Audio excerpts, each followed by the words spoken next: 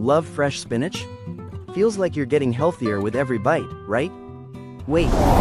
Eating it raw in salads could be a silent danger to your kidneys. The science of oxalates. Welcome to the Smart Food Guide.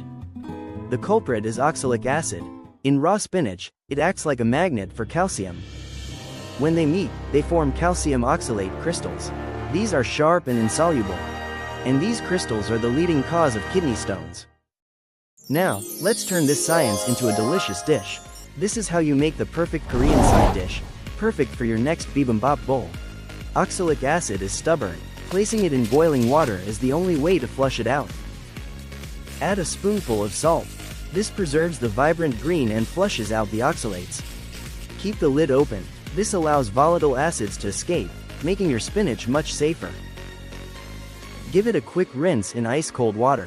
This stops the cooking instantly, keeping your spinach vibrant and crisp. Squeeze the water out firmly. Properly drained spinach ensures the best flavor and maximum nutrient absorption. Time to season. We're using a few simple ingredients to create a perfectly balanced Korean side dish.